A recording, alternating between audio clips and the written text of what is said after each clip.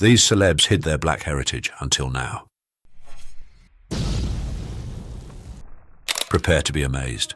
Some of the biggest names in Hollywood have a secret. They're part of a vibrant, diverse heritage that you'd never guess. Get ready to rethink everything you thought you knew about these stars who will surprise you. Stay tuned to find out. Mariah Carey. Mariah Carey, an acclaimed pop singer, is famous for her remarkable 5-octave voice, which has captivated fans across the globe. Her path to fame has been influenced by her mixed heritage. Her father, Alfred Roy, had roots in both African American and Venezuelan communities, and her mother, Patricia, was Irish.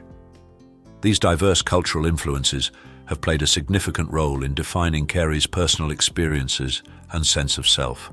Throughout her upbringing in areas predominantly inhabited by white individuals, Carey faced challenges with her racial identity. She often felt disconnected from both the white and black communities, which left her feeling out of place. Carey has expressed that there is a whole other side of me that makes me who I am and makes people uncomfortable. She noted that her father was readily recognized as a black man, but she often faced questions about her own racial identity. This led to her being incorrectly categorized as a white soul singer in the early stages of her career, a mislabeling that was a source of irritation for her. Mariah Carey's experiences with her racial identity were further complicated by her first marriage to Tommy Mottola, who seemed to prefer keeping her heritage unclear. This approach, according to Carey, was a strategy to manage her public image and potentially broaden her appeal to a predominantly white demographic. However, Carey has since been candid about her biracial upbringing in her autobiography, The Meaning of Mariah Carey, where she discusses the difficulties of dealing with her mixed hair type and how it affected her self-esteem. In the present, Carey proudly wears her natural hair and champions the cause of mixed-race people. She uses her influence to question the rigidity of racial classifications and to teach her children, Moroccan and Monroe, about the depth and richness of their ancestry. Carey has stated, "I understand people want to hold on to their roots, but she herself felt a complete non-entity because of it." She suggests that this struggle might have fueled her determination to gain recognition and acceptance. Clark Gable. Clark Gable, hailed as the king of Hollywood during cinema's golden age, was a pioneering actor who broke down racial barriers and advocated for equality, both in his movies and in his personal life. Despite Hollywood's efforts to obscure his ancestry, Gable was rumored to have a diverse heritage, with possible black and Native American lineage. Gable was unapologetic about his heritage and openly opposed racial discrimination. A notable example is his stance against the segregation policies of the time. He was so committed to equality that he once threatened to boycott the premiere of Gone with the Wind in Atlanta, Georgia, because African-American cast members Hattie McDaniel and Butterfly McQueen were not allowed to attend. Gable only agreed to attend the premiere after McDaniel personally asked him to, and they formed a lasting friendship. Gable's dedication to fairness did not stop at the premiere. He also advocated for integrated facilities on set and equal treatment for everyone involved in the production process. His strong position was particularly significant considering the obstacles he faced in Hollywood due to his unique appearance, which initially hindered his acting career. Gable's actions and beliefs were a testament to his character and his refusal to let racial discrimination dictate the opportunities and treatment of those in the industry. Despite the early challenges he faced, Clark Gable's determination led to his rise as a major box office draw, with roles in classic films like It Happened One Night and the iconic Gone with the Wind. His compelling performances and magnetic screen presence established him as a genuine Hollywood legend. Gable's influence wasn't limited to his acting achievements. His legacy also includes his military service in the Army Air Force during World War II. Even in the military, Gable was a force for change, continuing to challenge racial divisions and push for equal treatment for all. His unwavering dedication to fairness and his steadfast adherence to his principles have made him a figure who not only shaped the entertainment industry, but also left a lasting impact on society as a whole. Vin Diesel. Vin Diesel, recognized as one of Hollywood's top-earning actors, is celebrated for his dynamic action roles and engaging performances. His ethnic background is a blend of diverse cultures, including Black, Native American, German, and Irish, which he openly embraces. This multifaceted heritage is indicative of a broader transformation in American perspectives on race and identity, as Diesel's roles often transcend conventional racial classifications.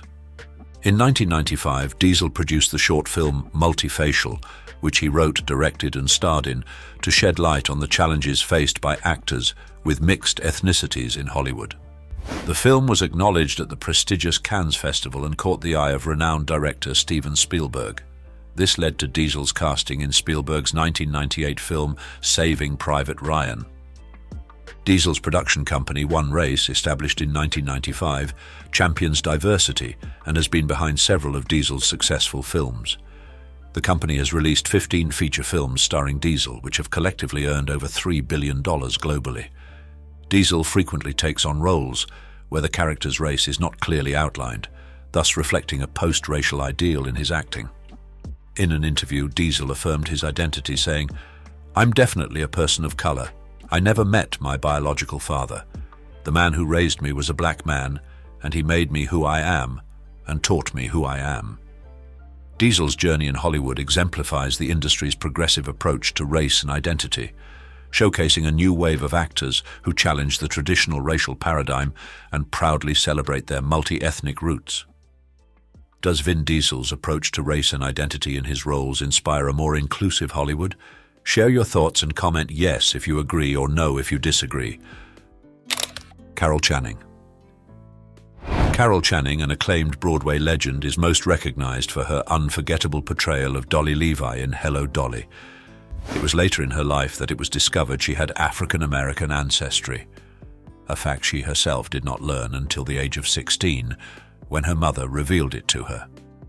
In her 2002 autobiography, Just Lucky, I Guess, Channing was transparent about her family's mixed heritage, which included African-American and German roots from her father's side, and a German-Jewish background from her mother. She expressed a sense of pride in her rich genetic diversity, humorously noting, "Gee, I got the greatest genes in show business." However, Channing also reflected on the societal pressures she faced to pass as white in the entertainment industry. She acknowledged the challenges of potentially being typecast and the impact that her racial identity could have had on her career prospects at the time. Despite these challenges, Channing's talent and charisma shone through, cementing her status as a beloved figure in the world of theater and beyond. Throughout much of her career, Carol Channing chose to keep her racial identity out of the public eye, yet she rose to become an adored and celebrated figure in the performing arts. She was a versatile artist, known for her acting, singing, comedy, and dancing skills. Her career was marked by numerous television appearances, including on popular shows such as Sesame Street, The Muppet Show, and The Love Boat. Remarkably, she even campaigned with the iconic Louis Armstrong for President Kennedy. Channing's journey underscores the intricate dynamics of racial identity within the entertainment industry, where individuals often had to hide their ethnic backgrounds to conform to societal expectations. Her decision to later in life openly embrace and share her African-American heritage reflects her growing confidence and the shifting societal attitudes towards embracing diversity in the arts. J. Edgar Hoover. J. Edgar Hoover, who served as the director of the FBI for almost 50 years, was a controversial figure known for his aggressive methods, political machinations, and overt racism. Despite being seen by some as a law enforcement hero, Hoover's actions, particularly his resistance to the civil rights movement, have cast a shadow over his legacy. There have been ongoing rumors about Hoover's possible African-American heritage, but these have never been substantiated. While his official lineage is recorded as white, there are inconsistencies that have led to speculation. The late registration of his birth certificate, filed after his mother passed away in 1938, adds to the enigma of his ancestry. This speculation has led some to theorize about Hoover's fervent opposition to the civil rights movement. He is known to have targeted key civil rights figures, such as Marcus Garvey in the 1920s and Martin Luther King Jr. in the 1950s and 1960s, using surveillance and intimidation to undermine their efforts. As the leader of the Bureau of Investigation, which later became the FBI, Hoover introduced significant advancements in police technology. However, he also accumulated an excessive amount of power, often breaching both FBI protocols and the law.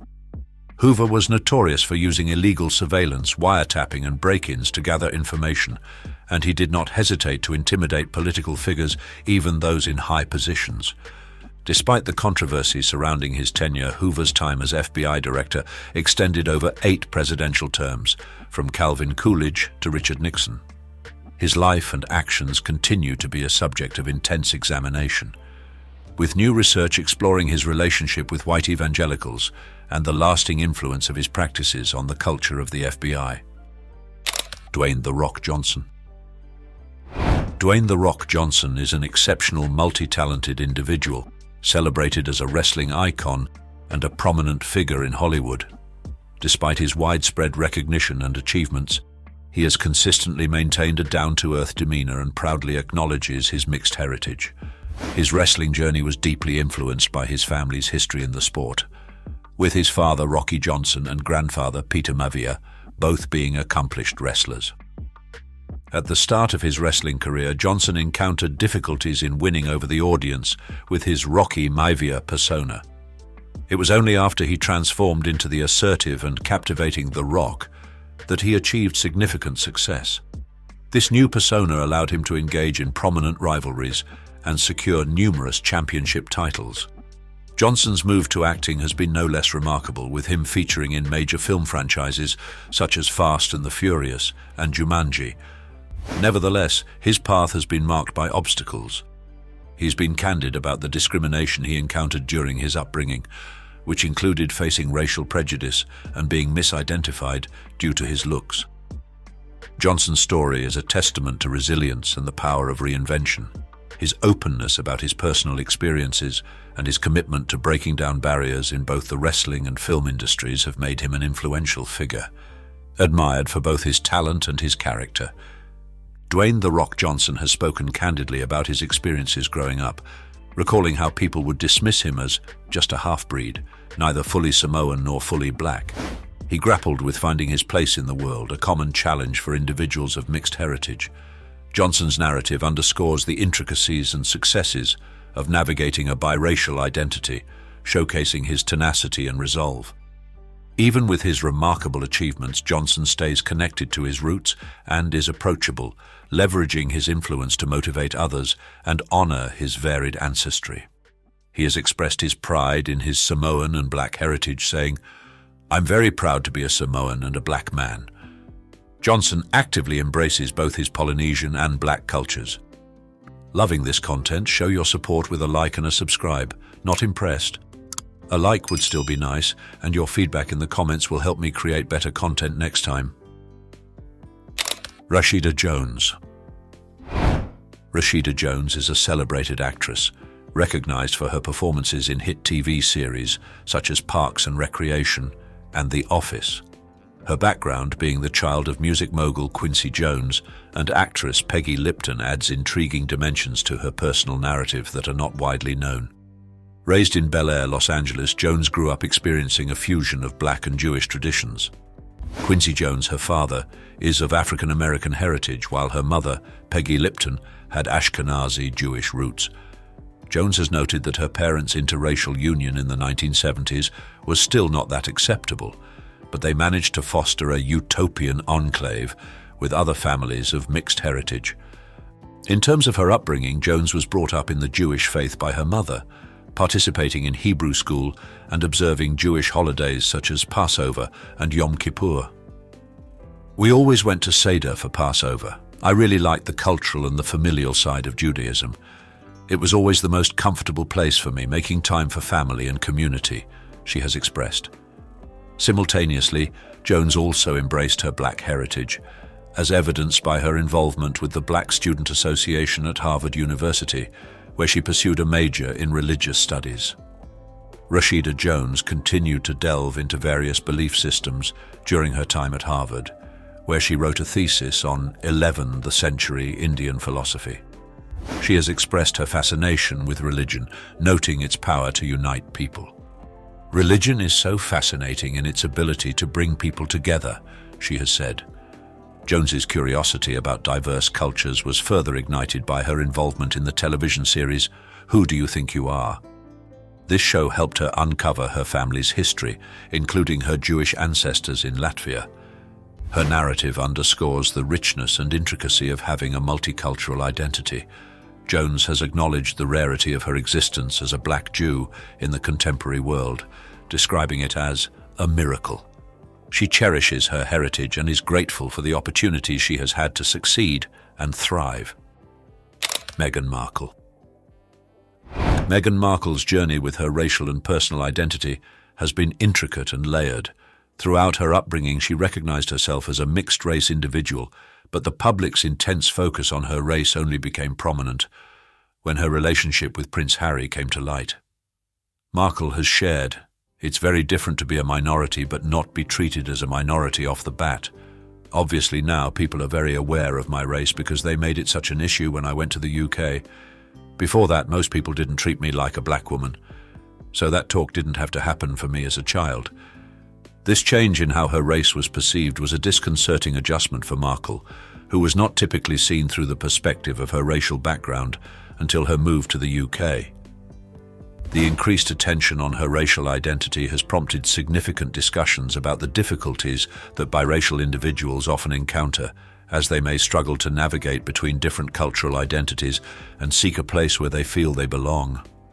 Markle has articulated this struggle, saying, "Just as black and white, when mixed, make grey, in many ways, that's what it did to my self-identity. It created a murky area of who I was, a haze around how people connected with me. I was grey, and who wants to be this indifferent colour, devoid of depth and stuck in the middle?" Markle's experiences have shed light on the complexities of racial identity and the need for a more nuanced understanding of the experiences of those who identify as mixed race. Her openness about her personal journey has contributed to a broader dialogue about race identity and the quest for acceptance and understanding in a diverse world. Meghan Markle's journey has underscored the challenges that biracial individuals often face, including the societal pressures to align with one racial identity or to meet certain expectations. Her story has brought attention to the significance of representation, particularly the value of seeing individuals who reflect one's own racial and ethnic background in influential roles. Markle's mother had cautioned her about the racial scrutiny she might encounter, which was evident in the media's focus on her heritage, exemplified by headlines such as "Almost Straight Outta Compton." These experiences have underscored the scrutiny and criticism that can be centered on race. By being candid about her own journey, Markle has initiated vital discussions on race, identity, and how the media portrays individuals from diverse backgrounds. Her narrative has resonated with many who identify as biracial and who have grappled with similar issues in defining and expressing their racial identity.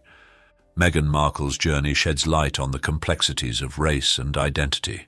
Share your thoughts on her experience and rate the impact of her story on representation on a scale of 0-5, with 0 being minimal impact and 5 being significant. Comment below.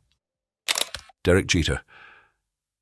Derek Jeter, renowned as a legendary shortstop for the New York Yankees, holds a prominent place in the annals of baseball. Yet his journey to legendary status was fraught with obstacles. Jeter has been open about the struggles he encountered growing up as a biracial individual in Kalamazoo, Michigan, where he was exposed to both subtle and overt forms of racism. Jeter's parents, Charles and Dorothy, first met and fell in love while serving in the U.S. military in Germany in 1972. Upon their return to the United States, their interracial relationship was met with disapproval. Despite these challenges, they worked hard to shield their children from the discrimination they faced, instilling in them the importance of hard work and determination. However, Jeter was still aware of the racial bias that surrounded him, noting, "From a young age, I would have many individuals staring at me." As Jeter grew older and began his professional baseball career, the racism he experienced became more overt. During a visit to Kalamazoo after a period with the Greensboro Hornets, Jeter was confronted with a racial slur by a stranger as he left a local Taco Bell with a friend. The incident left a deep impact on him, as he recalled, "I recall feeling deeply wounded by that. I was so proud to be back in Kalamazoo, finally achieving my dream, getting drafted, and then you realize this is a harsh reality check." Jeter's experiences highlight the challenges that many biracial individuals face as they navigate societal expectations and prejudices. His story underscores the importance of resilience and determination in overcoming adversity and achieving success, both on and off the baseball field. Even in the face of adversity, Derek Jeter never allowed it to hinder his pursuit of success.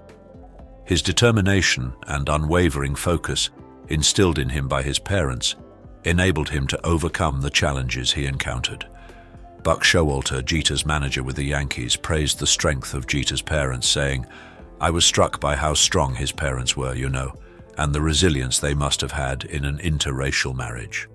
Showalter also acknowledged the many challenges players face in the major leagues, especially in New York City, and believed that Jeter's upbringing would enable him to rise above these challenges. Tom Jones. Tom Jones, the esteemed Welsh vocalist famous for his timeless tracks such as It's Not Unusual, has often found himself at the center of discussions about his possible African heritage. The septuagenarian performer has shown interest in taking a DNA test to discover more about his ancestral roots, a curiosity piqued by a lifetime of experiences where people have presumed he was passing as white. Jones has shared anecdotes of numerous instances, especially in the United States, where people's reactions to his powerful, soulful voice led them to be taken aback when they found out he was white. "A lot of people still think I'm black," he stated in a recent interview. "When I first came to America, people who had heard me sing on the radio would be surprised that I was white when they saw me." This misconception has continued over the years, with Jones mentioning that because of my hair, a lot of black people still tell me I'm just passing as white. This ongoing assumption about his racial background has prompted Jones to consider a deeper exploration of his heritage, potentially shedding light on the origins of the unique qualities that have contributed to his enduring success in the music industry. The curiosity about Tom Jones's heritage is further piqued by an intriguing detail regarding his mother, Frida. Jones has recounted that following his birth, his mother experienced big dark patches all over her body, which led to inquiries about the possibility of her having any black blood. Although Frida herself was uncertain, this story has added to the speculation about Jones's potential African ancestry. Despite the ongoing rumors, Jones has yet to take the DNA test that he has mentioned an interest in taking. Nevertheless, his narrative has ignited more extensive dialogues about the nature of identity, heritage, and the significant impact of African American culture on the music industry. The intrigue surrounding Jones's racial background mirrors a broader societal interest in the fluidity of racial lines and the intricate relationship between appearance, talent, and the perception of identity. Wentworth Miller. Wentworth Miller, recognized for his portrayal of Michael Scofield in the acclaimed TV show Prison Break, is a skilled actor and scriptwriter with a rich ethnic heritage. He was born in Chipping Norton, Oxfordshire, England, to parents who are American by nationality. His father's lineage includes African American, Jamaican, German, and English ancestry, while his mother's side of the family has Russian, French, Dutch, Syrian, and Lebanese roots. During an interview with GQ Germany, Miller discussed his distinctive racial identity, stating, "My father is black and my mother is white. Therefore, I could answer to either, which kind of makes me a racial lone ranger at times caught between two communities." Although he was born in England, Miller relocated to Brooklyn, New York at the tender age of 1 and has consistently identified as an American. Miller's foray into acting began in the early 2000s, with appearances in movies such as Underworld and The Loft. However, his significant breakthrough arrived in 2005 when he was cast as the protagonist in Prison Break. For his role in the series, Miller was nominated for a Golden Globe in the category of Best Actor in a television series drama. Beyond his acting endeavors, Wentworth Miller has also demonstrated his prowess as a screenwriter. He ventured into screenwriting with the 2013 thriller Stoker, for which he used the pseudonym Ted Fulk. Miller explained his choice to write under a pen name, stating, "That wasn't about protecting my identity. I just wanted the scripts to sink or swim on their own." Miller has been candid about his personal battles with mental health. In 2013, he publicly came out as gay in a letter on GLAAD's website, where he also opened up about his past struggles with depression and thoughts of suicide. Following this revelation, Miller has taken on the role of an advocate, championing mental health and LGBTQ+ rights. Maya Rudolph is a celebrated actress and comedian who embraces her biracial background, born to a black mother and a white father. Her mother, the famed singer Minnie Riperton, was African American, and her father, Richard Rudolph, is a composer of Caucasian descent. Rudolph has been transparent about how her mixed heritage has influenced both her personal identity and professional choices. She has shared her experiences in interviews, noting the absence of mixed-race role models during her formative years. She said, "I didn't feel like I had a plethora of mixed role models. I fell in love with Lisa Bonet because I was like, I know she's mixed.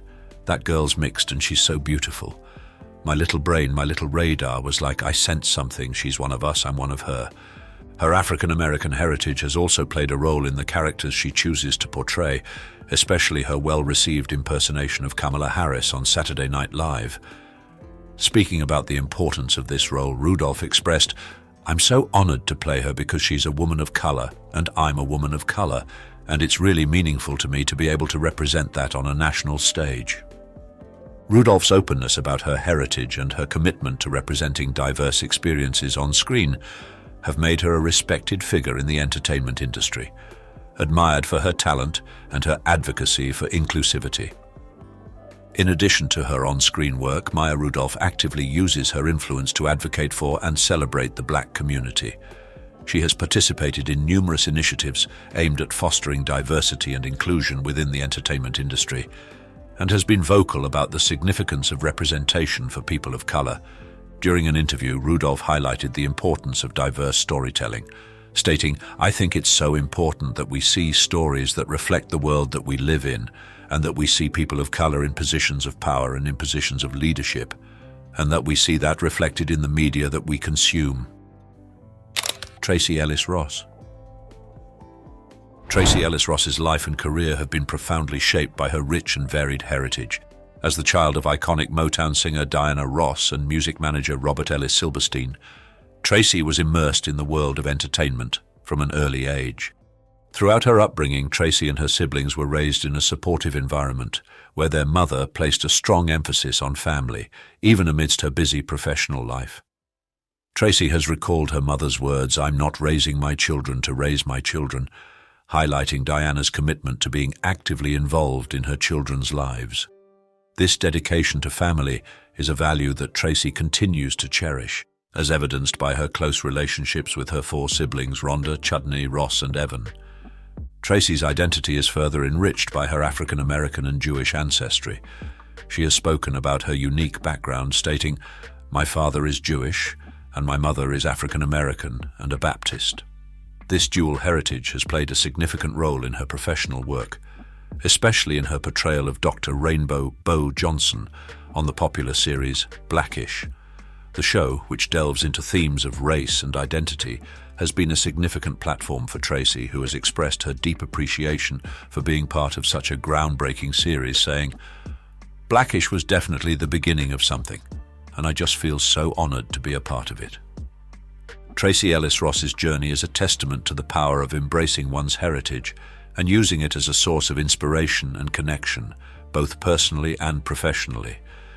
Tracee Ellis Ross's personal journey, including her distinctive appearance, which includes a minor case of ptosis, a condition characterized by a drooping eyelid, has been instrumental in molding her worldview.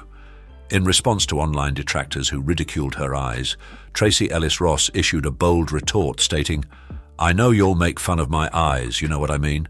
Well, because it's not my fault, all right? My body does what it does, I don't know why." This display of self-assurance and acceptance of her physical traits has positioned Tracee as an influential role model, admired both in her acting roles and in her personal life. Her multifaceted heritage, robust familial connections, and steadfast self-assuredness have been pivotal in propelling her to the heights of success as a celebrated actress, producer, and businesswoman. Tracee's pioneering efforts in the realm of television, along with her passionate advocacy for diversity and inclusivity in the entertainment sphere, have solidified her reputation as a distinguished figure in the industry. Colin Kaepernick. Colin Kaepernick was born in 1987 in Milwaukee, Wisconsin, to Heidi Russo, a white American mother, and an African-American father with Ghanaian, Nigerian, and Ivorian roots, whose identity remains undisclosed. At the age of 5 weeks, Russo made the decision to put Kaepernick up for adoption. He was then welcomed into the family of Rick and Teresa Kaepernick, a white couple. The couple, who already had a son named Kyle and a daughter named Devon, had previously lost 2 sons to heart defects and chose to adopt another child.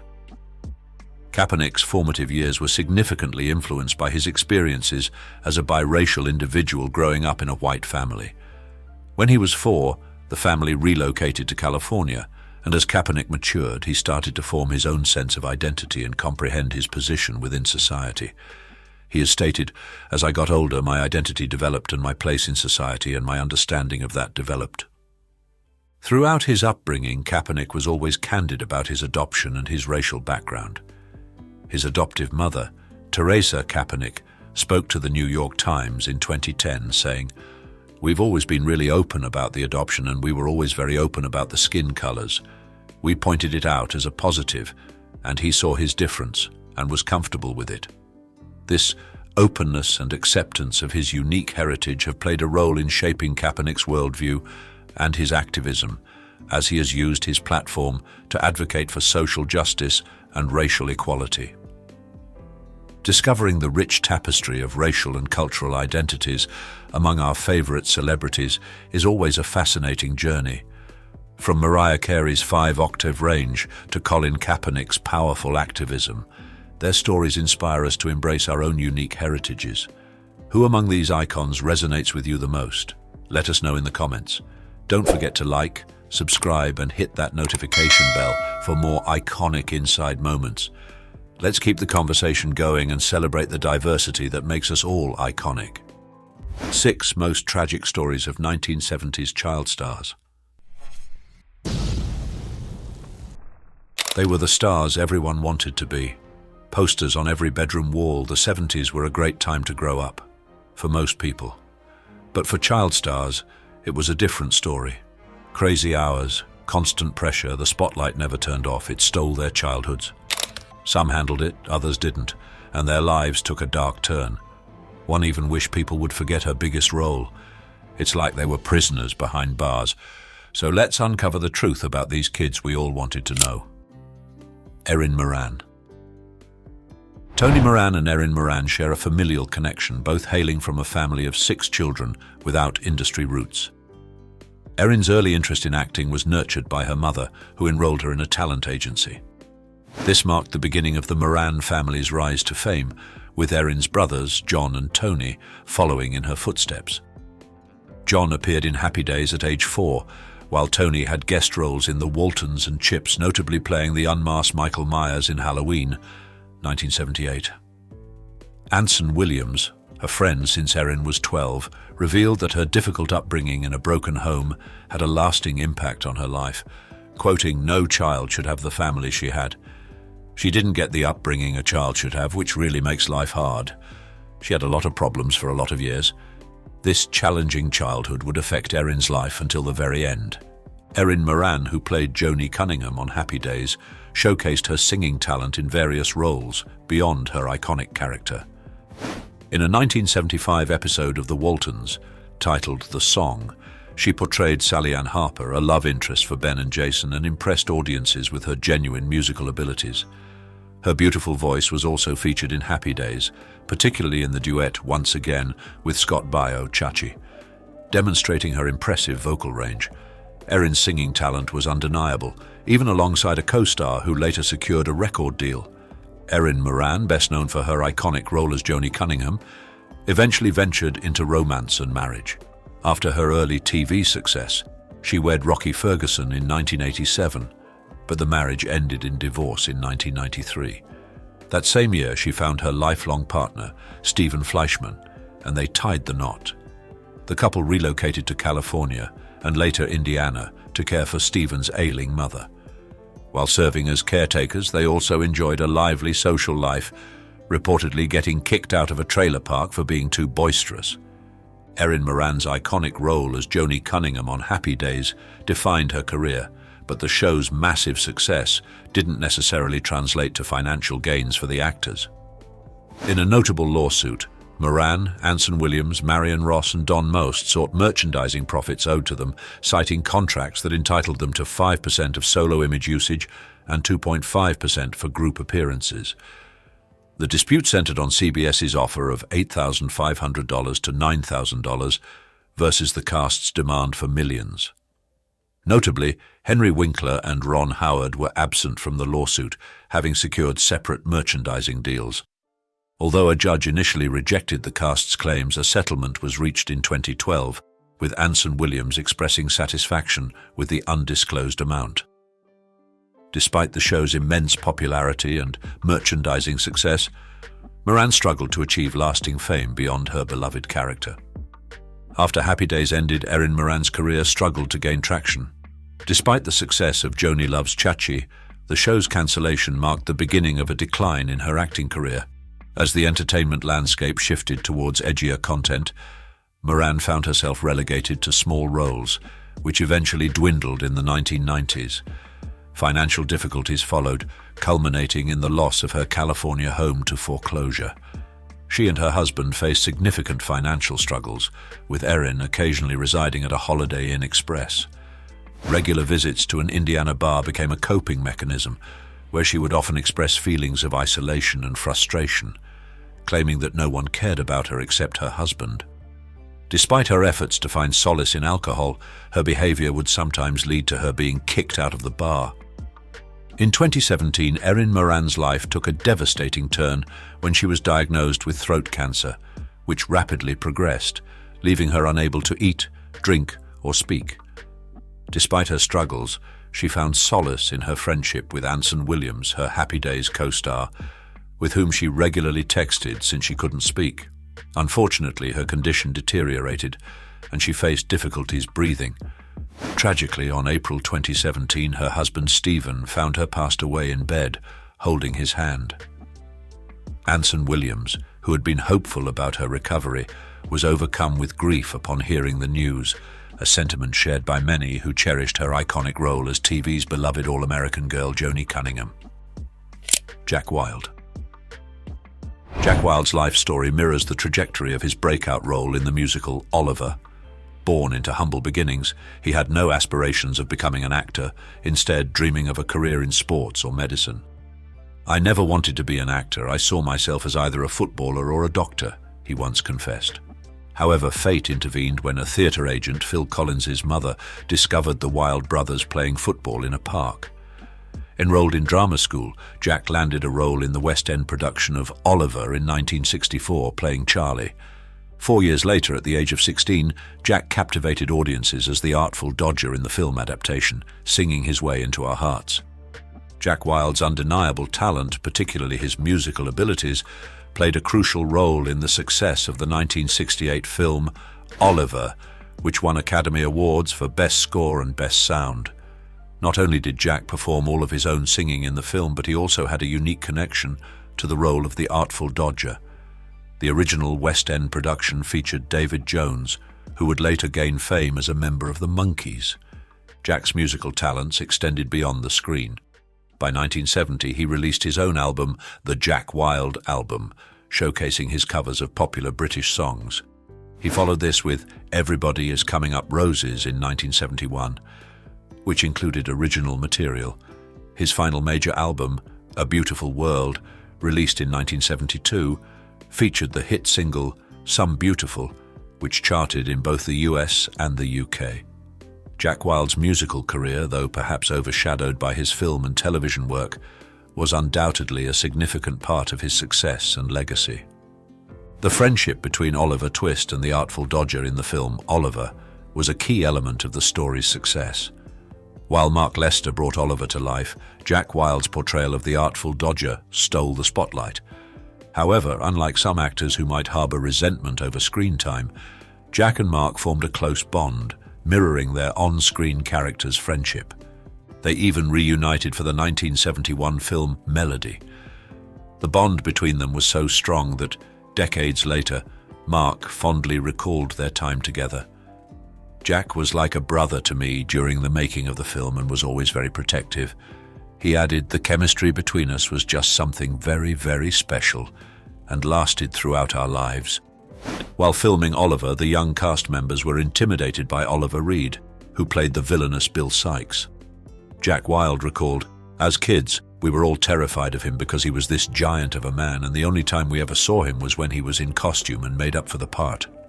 Reed, a dedicated actor, intentionally kept his distance from the children, hoping to maintain a menacing presence.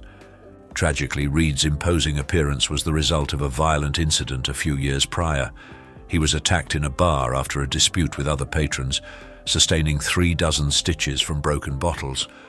The scars left on his face made him fear for his acting career.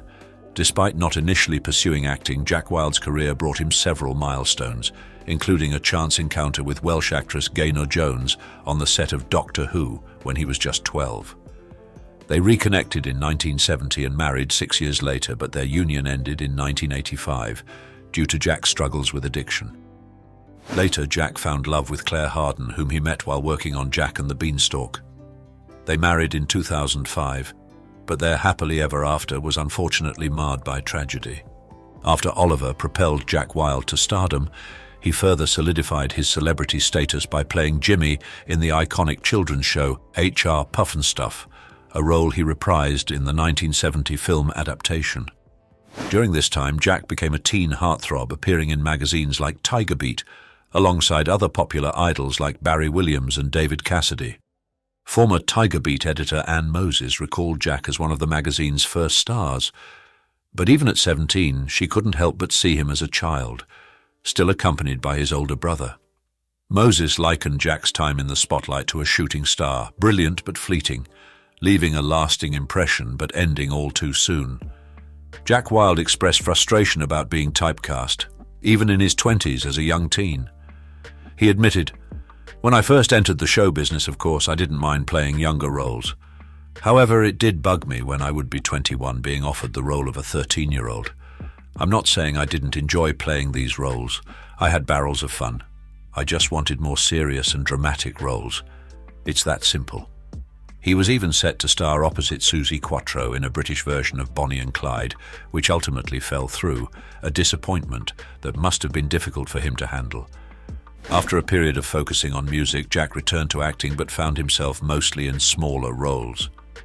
During this time, in his early 20s, he developed a severe alcohol addiction. His drinking consumed his life, leading to financial ruin, the breakdown of his first marriage, and even multiple hospitalizations due to 3 cardiac arrests. By the mid-1980s, his addiction had escalated, consuming 3 to 4 bottles of vodka a day along with 2 bottles of wine. Although he briefly achieved sobriety through a clinic run by musician Pete Townsend, a relapse after a celebratory drink set him back. It wasn't until he sought support from Alcoholics Anonymous that he finally achieved lasting sobriety in 1989. If you like this video, please leave a number 9 in the comments below. Jack Wilde and his second wife Claire collaborated on his autobiography, aiming to tell the full story of his remarkable life. Tragically, Jack's battle with addiction had taken its toll on his health, and in 2000 he was diagnosed with oral cancer. He attributed the cancer to his drinking, but didn't believe it was solely due to his child star status. "I believed I'd have been a heavy drinker in any case," he stated. His brother's struggles with alcoholism supported this belief. Jack and Claire moved to a quiet village in Britain where he underwent numerous treatments, including chemotherapy and radiation, to fight the cancer. While the cancer initially went into remission, it returned with a vengeance. In an attempt to save his life, surgeons removed his voice box and tongue, leaving him unable to speak, eat, or drink. He relied on a feeding tube for sustenance. Jack passed away on March 1, 2006, at the age of 53.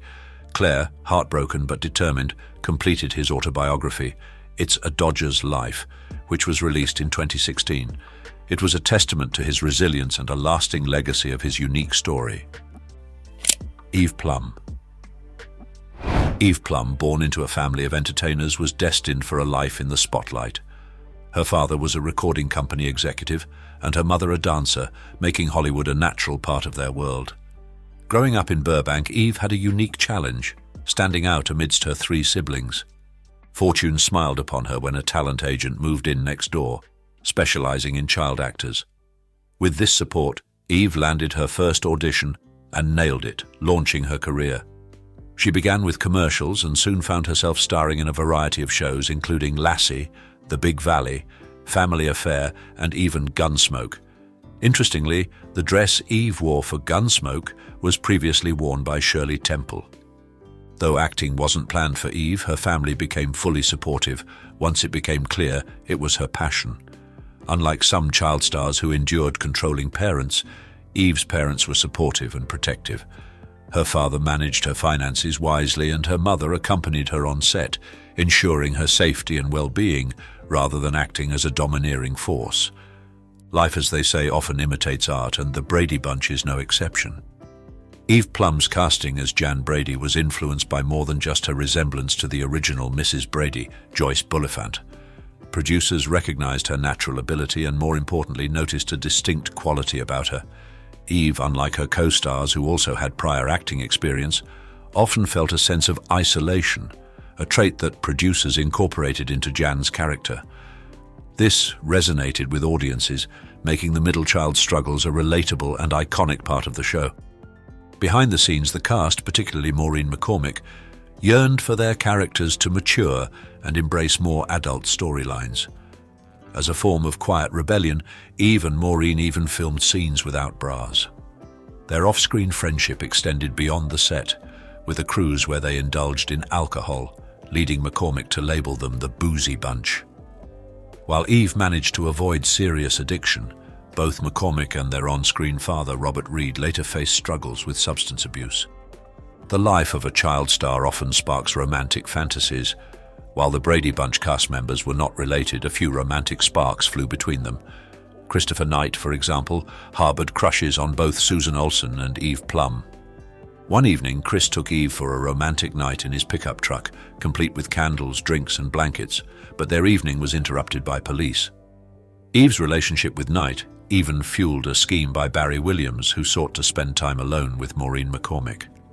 He arranged for Eve to visit Knight's room during a London cruise, allowing him the opportunity to be alone with Maureen. Eve's real-life romance wasn't tied to her acting career. She became the first Brady sibling to marry in 1979, but the marriage ended within 2 years. In 1995, she wed a tech consultant and the two remained together.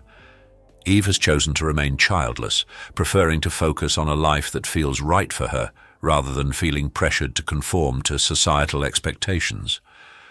Eve Plum's career, while dominated by her role as Jan Brady, wasn't limited to the Brady Bunch. While she held a main role in all Brady-related projects, her other work consisted mostly of one-off appearances. She embraced the ups and downs of the industry, stating, "Things go in cycles. You have downtime, up times, busy times, not so busy times." However, she felt a significant shift in perception with her role as a teen prostitute in the 1976 TV movie Dawn, Portrait of a Teenage Runaway. Eve embraced the change of pace, finding the experience fun, even admitting, "I think playing a hooker was fun, but it did get awkward when she went costume shopping with her mum." Despite her proven acting talent, Eve felt overshadowed by her portrayal of Jan Brady.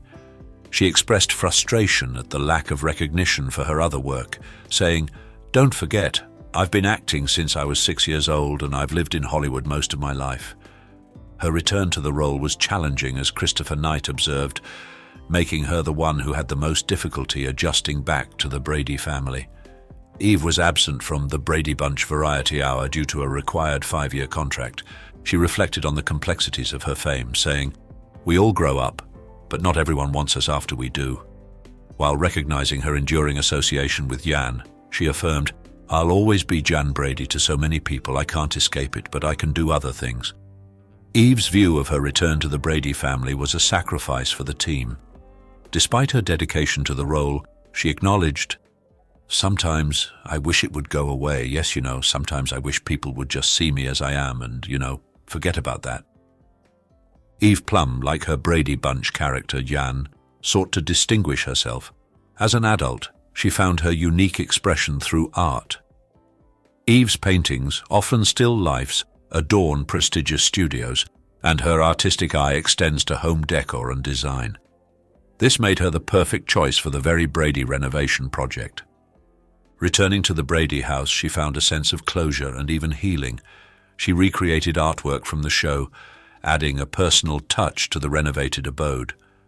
While Eve sells some of her paintings and handmade mugs, she keeps her vast collection of Brady Bunch memorabilia, a reminder of a complicated but cherished past. Little House on the Prairie tackled real-life issues like addiction, poverty, and prejudice, drawing inspiration from Laura Ingalls Wilder's Little House books. While the show adapted the books, it wasn't a direct translation. Michael Landon, the show's creator, compared the novels to cookbooks, emphasizing the need for added drama. The character of Nellie Oleson, though appearing in Wilder's books, was a fictional amalgamation of 3 real individuals: Nellie Owens, Estella Gilbert, and Genevieve Masters. Wilder's aversion to using Owens' name in her books indicated the lasting negative impact of that person on her childhood. Allison Arngrim. Allison Arngrim, the actress who played Nellie, faced the unique challenge of embodying a character widely disliked by viewers. The role came with its share of discomfort, particularly with the costuming. There was no point at which it felt comfortable, Arngrim said of the tight, uncomfortable wigs she had to wear. Despite the challenging aspects, she embraced the role and its lasting impact on audiences. Allison Arngrim recognized the complexity of the character of Nellie Oleson from the start. This is not a normal part. This girl is, well, she's the B word, she told her father during the audition process. Despite this, she landed the role, proving her acting abilities. Arngrim's portrayal of Nellie confirmed her initial impressions, as she later described it as like having PMS for 7 years. While she expertly played the villain, Arngrim inevitably faced backlash from viewers who hated Nellie. This reached a peak at a Hollywood Christmas parade, when a viewer, enraged by the character, threw a cup of orange soda at Arngrim. Playing Nellie, it seemed, could be a thankless job. Contrary to their on-screen dynamic, Arngrim and Melissa Gilbert, who played Laura Ingalls, were actually close friends.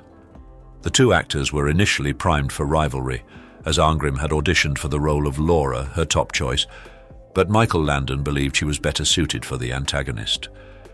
Despite this, the two developed a strong bond, with Arngrim even playfully teasing Gilbert by making romantic scenes with Steve Tracy. Gilbert's on-screen love interest as uncomfortable as possible, given Gilbert's aversion to PDA. Arngrim recalled, "It's funny, I think if you play enemies on set, you end up becoming friends. We hit it off right away. We had slumber parties, visited each other's houses on weekends. People couldn't believe it."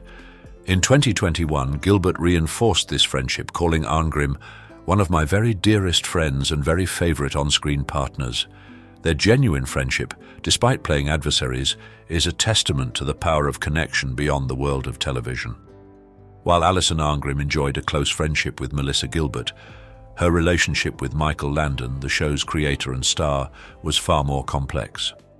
Arngrim described Landon as a bundle of contradictions, capable of warmth and kindness, but also capable of volatile behavior. Landon was known for his heavy drinking, even on set. Arngrim witnessed him consuming alcohol in a prop truck and saw a staff member adding bourbon to his coffee.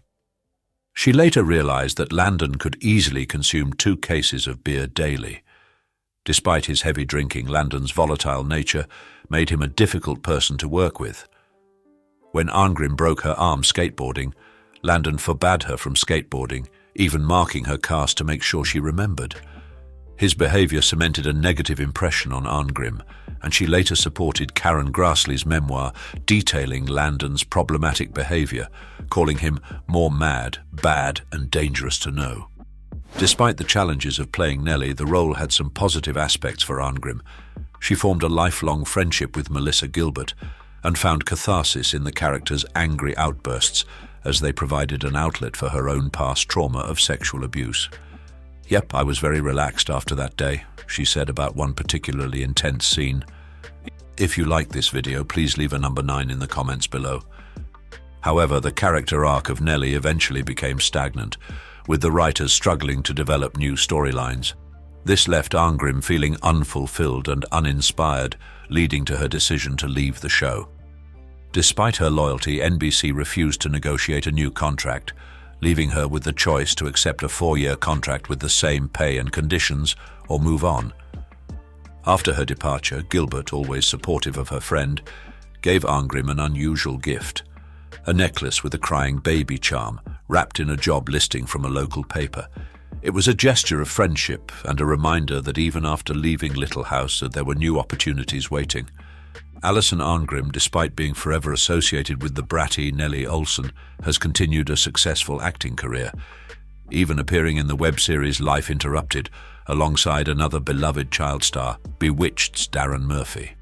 Her most fulfilling work, however, lies in advocacy. Arngrim, having overcome the depression stemming from her childhood abuse, has dedicated herself to helping others. She served as president of the National Association to Protect Children and used her platform to raise awareness about HIV/AIDS. Looking back on her career, Arngrim embraces her Nellie legacy. "I get recognized more now than I did when the show was running. There was a time in my 20s when I would say I didn't want to be recognized as Nellie forever, but Nellie was a lot of fun to play. Indeed, I thought I'd be sick of it, but now it just makes me smile," she says. David Cassidy. The Partridge Family took the world by storm in the 1970s, but unlike many music-based shows, singing talent wasn't a prerequisite for joining the cast. Only 2 members, David Cassidy and Shirley Jones, were musically proficient. David's family was a blend of artistic backgrounds. His parents were actors who traveled frequently, leaving him in the care of his grandparents. David was so disconnected from his parents that he only learned about their divorce through a neighbor 2 years after the fact. His father later married Shirley Jones, forming an acting power couple and adding 3 more children to the family: Sean, Patrick, and Ryan. David's musical journey began with his father securing him a manager and landing him a role in the Broadway musical The Fig Leaves Are Falling, which ran for only 4 shows.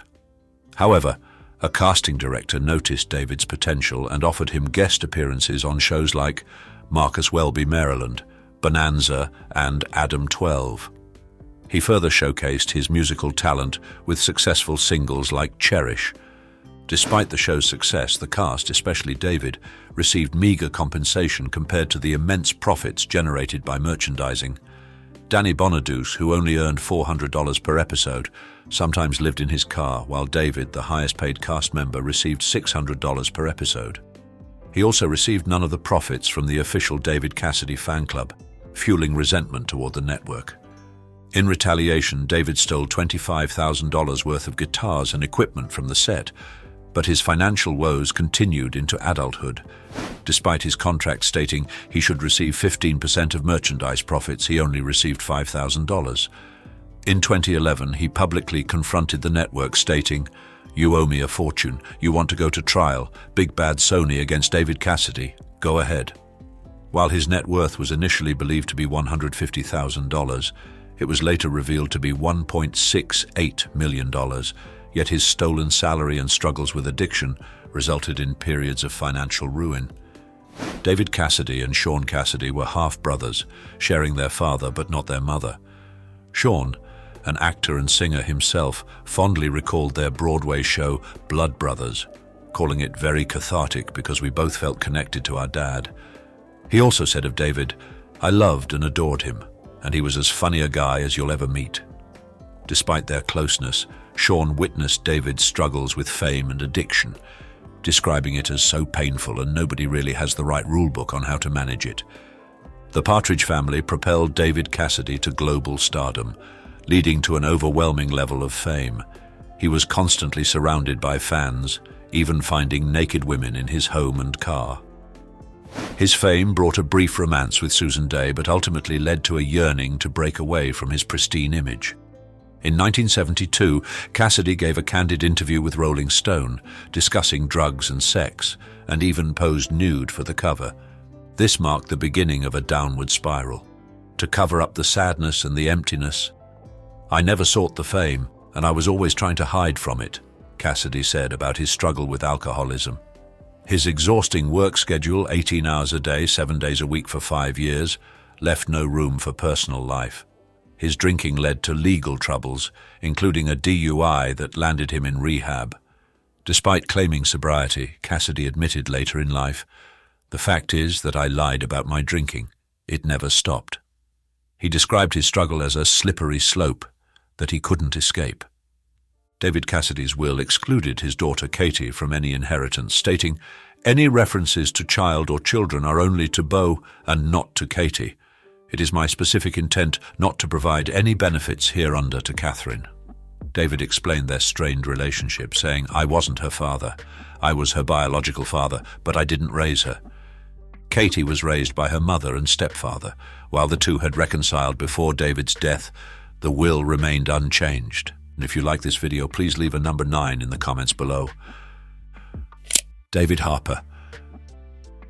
David Harper, born in Abilene, Texas on October 4, 1961, inherited a passion for acting from his father, Paul Harper. Paul, a Tennessee native, starred in films like Knight Rider and Run, Angel Run, but is perhaps best known for his role as Ross in the iconic western, The Wild Bunch. Paul, a familiar face in many westerns, including Bonanza and The Waltons, passed away several years ago, with David serving as his caretaker in his final years. While many actors take time to find their footing, David Harper's career began early. His first role was as Jim Bob in The Homecoming: A Christmas Story, which served as the pilot for the long-running series The Waltons. The pilot, aired on December 19, 1971, defied expectations and garnered enough success to warrant a full series. David was invited to reprise his role along with the other child actors and Grandma Ellen Corby, though the actors portraying Olivia Walton and Grandpa Zeb were replaced. David Harper, known primarily as Jim Bob due to his iconic role in The Waltons, began his journey in 1971 with the pilot episode The Homecoming and continued on the series that same year. While the show concluded in 1981, Harper continued to portray Jim Bob in various spin-offs and reunions, including A Wedding on Walton's Mountain, A Day for Thanks on Walton's Mountain, and several reunions in the mid-1990s. In fact, 8 out of his 12 acting credits are Walton-related. Harper fondly recalled his time on the show, stating that having a movie studio as a playground is like the ultimate fantasy. The Waltons, while a fictionalized depiction, was rooted in real-life experiences. The show was inspired by Earl Hamner Jr.'s 1961 book Spencer's Mountain, a story of a large family. One of Hamner's siblings, James Hamner, served as the inspiration for the character of Jim Bob. James, the youngest of 8 siblings, lived in his childhood home for most of his life and became a local celebrity due to Harper's portrayal of him. After serving in the military and working in banking and systems analysis, he retired in 2000 and sadly passed away in 2004, enjoying only 4 years of peaceful retirement. Rest in peace, original Jim Bob. And David Harper, the actor who portrayed Jim Bob Walton, embraced a similar spirit to his on-screen character. Both were known for their infectious enthusiasm, though Jim Bob often struggled with paying attention. Harper stated that he played Jim Bob as himself, sharing a love of music with his character. While their hobbies differed, both were hands-on individuals, with Harper's love of jigsaw puzzles mirroring Jim Bob's interest in car restoration. Both also indulged in daydreams, though Jim Bob dreamt of the future while Harper reflected on the past, becoming a certified American Civil War history enthusiast. Both also shared a spiritual side. After a near-fatal accident, Jim Bob contemplated becoming a minister, while Harper declared, "My passion is my relationship with my Heavenly Father." Harper's career, though largely defined by The Waltons, included other notable roles in films like The Blue and the Grey, 315, and Fletch. He retired from acting in 2011 after a 40-year career. He later pursued a business degree and found employment in a California parcel delivery service, a job secured through his Walton brother, Eric Scott, highlighting the enduring bonds forged on set. David Harper values his privacy but enjoys interacting with fans. While he's currently writing a book, hoping to finish it within the next few years, acting isn't his top priority. He's more interested in learning German and visiting Germany. Despite his private life, he remains in touch with his Walton family. Looking back, I realize we grew up surrounded by adults, but I'm pleased to have been on the show. he says. So there you have it, a glimpse into the lives of some of our favorite child stars, their triumphs, struggles, and everything in between. These stories show that even with fame, life can be a wild ride. Who were you most surprised to learn about? Who do you think navigated the spotlight best? Let us know in the comments.